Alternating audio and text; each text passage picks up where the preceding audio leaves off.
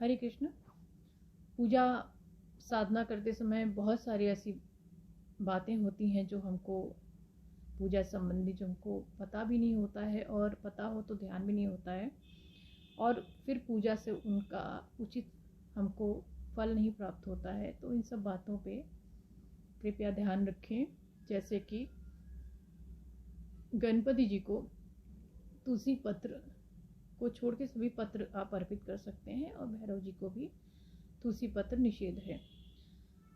शिव जी को कुंद का पुष्प माघ महीने को छोड़ के निषेध है।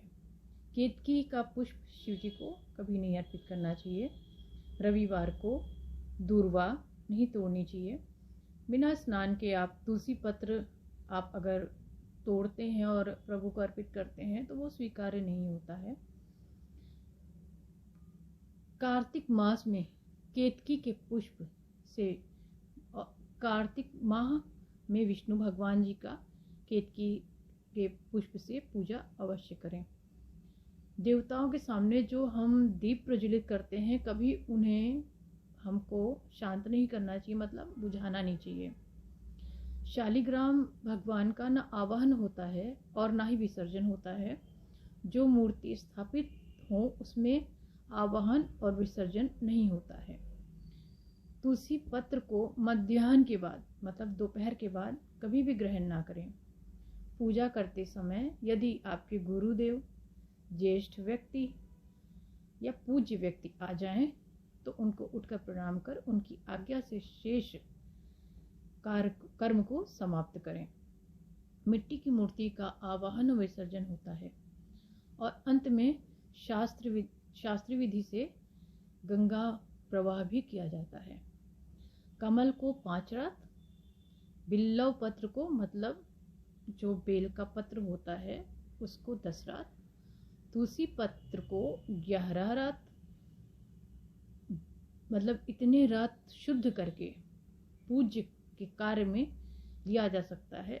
आप उसको धुल करके फिर से आपको प्रभु को अर्पित कर सकते हैं। आप तुलसी पत्र, बिल्लव पत्र और कमल का पुष्प।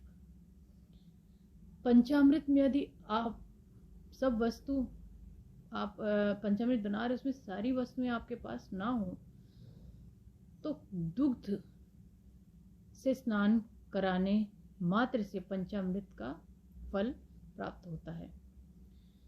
शालिग्राम पर अक्षत नहीं चढ़ाना चाहिए। लाल रंग मिश्रित चावल चढ़ाया जा सकता है, पर श्वेत चावल नहीं। हाथ में धारण किए हुए पुष्प, तांबे के पात्र में चंदन और चर्म पात्र में गंगा जल अपवित्र होता है। पिघला हुआ घी और पतला चंदन नहीं चढ़ाना चाहिए भगवान को। आप घी, घृत जो आप चढ़ाते हैं वो पिघला हुआ नहीं होना चाहिए, जैसा है वो उसी अवस्था में चढ़ाना चाहिए। दीपक से दीपक को नहीं कभी प्रज्वलित करते हैं, इससे प्राणी दरिद्र और रोगी होता है। दक्षिणाभिमुख दीपक को ना रखें, दक्षिण के मुख दीपक को कभी ना रखें। देवी के बाएं और दाहिने दीपक रखें। दीपक से अगरबत्ती जलाना भी दरिद्रता का कारण होता है। वैसे अगरबत्ती कभी भी जलाना नहीं चाहिए। अगर वो बांस के लकड़ी से बनी हुई है, उसमें बांस की लकड़ी लगी हुई हो, तो कभी भी अगरबत्ती को ना जलाएं। द्वादशी, संक्रांति, रविवार, पक्षांत और संध्या काल में तुलसी पत्र ना तोड़ें। प्रतिदिन की पूजा में सफलता के लिए दक्षिणा अवश्य चढ़ाएं।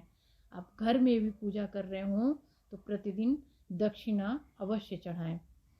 जो मलिन वस्त्र पहनकर, मूषक आदि के काटे वस्त्र, चूहा जो कुतर देता है वो वस्त्र, केशादि बाल कर्तन युक्त और मुख दुर्गंध युक्त हो, जप आदि करता है, उसे देवता नाश कर देते हैं। तो साफ सुथरे तरीके से हमेशा पूजा करें, नहाएं, धुले वस्त्र पहने और अपना मुख सदा साफ रखें, स्वच्छ रखें, दातून करें। कुछ बातें यही हैं जो आपको पालन करनी है, और भी हम बताएंगे।